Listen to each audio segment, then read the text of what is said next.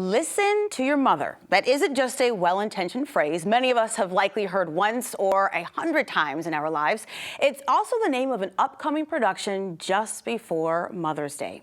Listen to Your Mother is a 90-minute journey incorporating diverse, true tales about motherhood.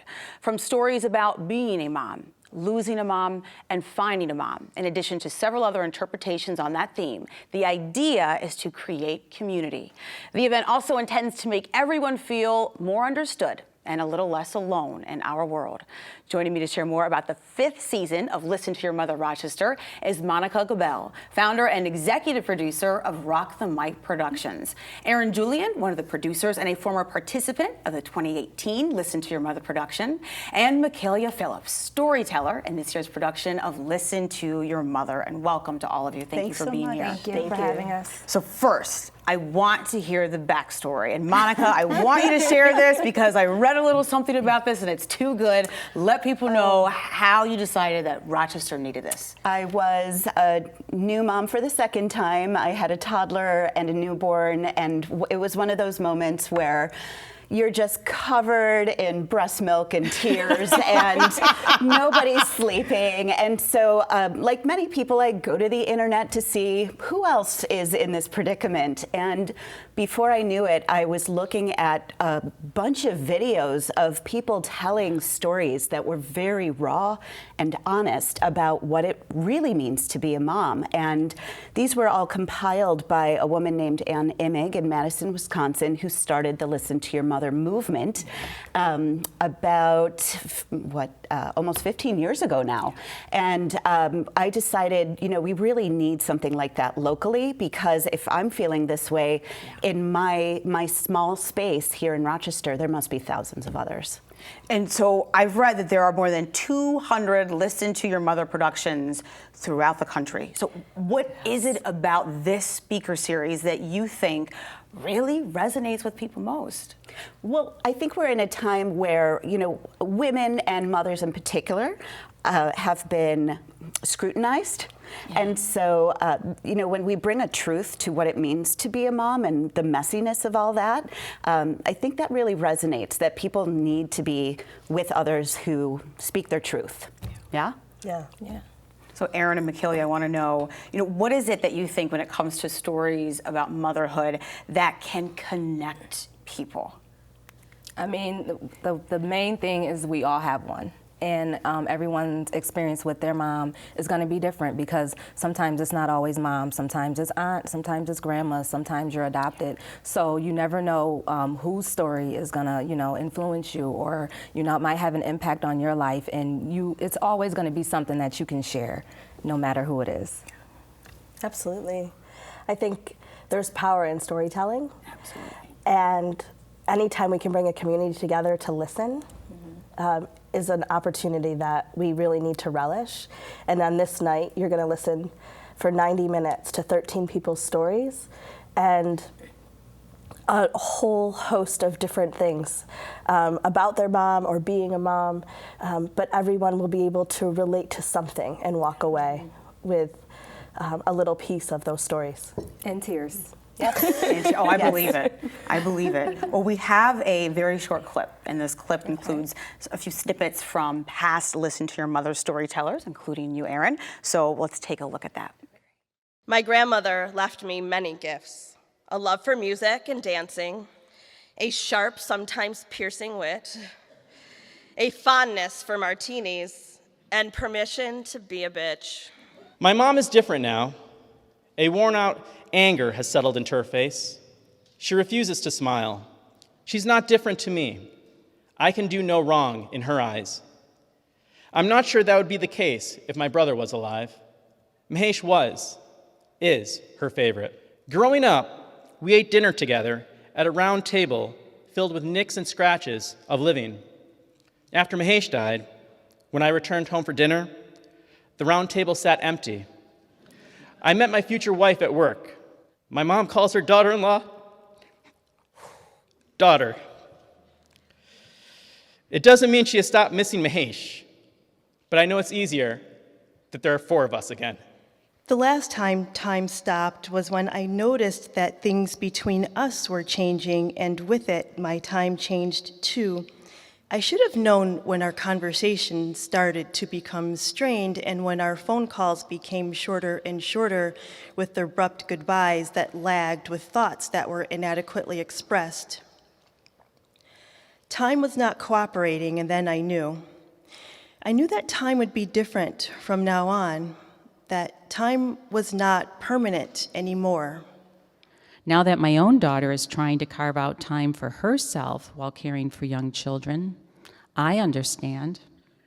And in return, she's starting to grasp that "do you want to sleep over" is actually code for "spend some uninterrupted time with me." So I understand there were 40 storytellers who submitted their stories and 13 were chosen. What makes a great story? It really depends on the auditioners, right? We are presented with 40 beautiful stories. All of them, of course, we'd want to have, but our show can only be so long. And so we look for stories that somehow either thematically or otherwise create a fabric that just tells, over a 90-minute period, a true story of what motherhood really looks like, but also that represents the diversity of voices in our community. So Erin and Michaelia, so you did this in 2018. You are going to take the stage on Saturday. Yes. So I want to hear from both of you about this. It's hard, it's vulnerable, right? It's a vulnerable moment to really stand in front of a large audience and share part of yourselves and your journey with others. So what made you want to do this? What part of your stories did you think were really important for the community to hear and hopefully connect with? Well, actually, I was at work, and we do have this app. It's sort of like Facebook, and Sarah Fitzgibbons actually, posted about listening to your mother, and I got about 3 different tags, and they're like, "Michaelia, are you going to present at this? Are you going to do it?" So I'm like, "Yeah, sure, I'll do it." So, as time is going on, I'm thinking about, okay, who am I going to write about? Am I going to write about my mom? Because unfortunately, my mom passed when I was 8, so I don't remember too much about her. So I said, okay, can I write about myself? Because there's a lot that I can talk about with me and my daughter. And then I'm like, okay, it's just something that I'm thinking about. So one morning, me and my daughter, we had a little disagreement, and I was feeling a little down and everything. So when she went to her bus, I just sat on the couch and I took out my pen and paper and I just started writing. And everything that came out was about my grandmother. And it was just everything that I had, inside of me, and I just put it down in words. I typed it up, and that was what I submitted. And when I went to give it, I wasn't thinking anything of it. I didn't think that it would go anywhere. I just said, you know what, this is me in the light, this is my story. And I told that story, and it got in. So thankful for that. And Erin, the story of your grandmother's sunglasses. Yes. This is great. This is great. So similarly, my story was about my grandmother, and I had lost her just about 6 months prior to writing that piece. And so to me, it was sort of the eulogy to my grandmother, to really honor the presence that she had in my life. She was a fierce female role model and really paved the way, not just for my mom and for me and my sister, but also for many women that she touched. She had an incredible fashion sense, and as part of that left me her Coco Chanel sunglasses, which was part of the story as well. But I'm so happy to have those and to have had her in my life. And so it felt really great to be able to honor her in this tribute at Listen to Your Mother last year. Monica, talk about what you're hearing. This is the 5th year. I'm sure from the storytellers you hear about how this is a healing, great, and a process in of itself for them. Healing, one of those things that can come along with telling your story. What are you also hearing in terms of those who come, observe, listen, and walk away some changed? Sure. Well, a lot of people who come for the first time don't know what to expect. They are either coming to support a friend who's in the show, or they're coming because they've heard that this is kind of a fun fun evening.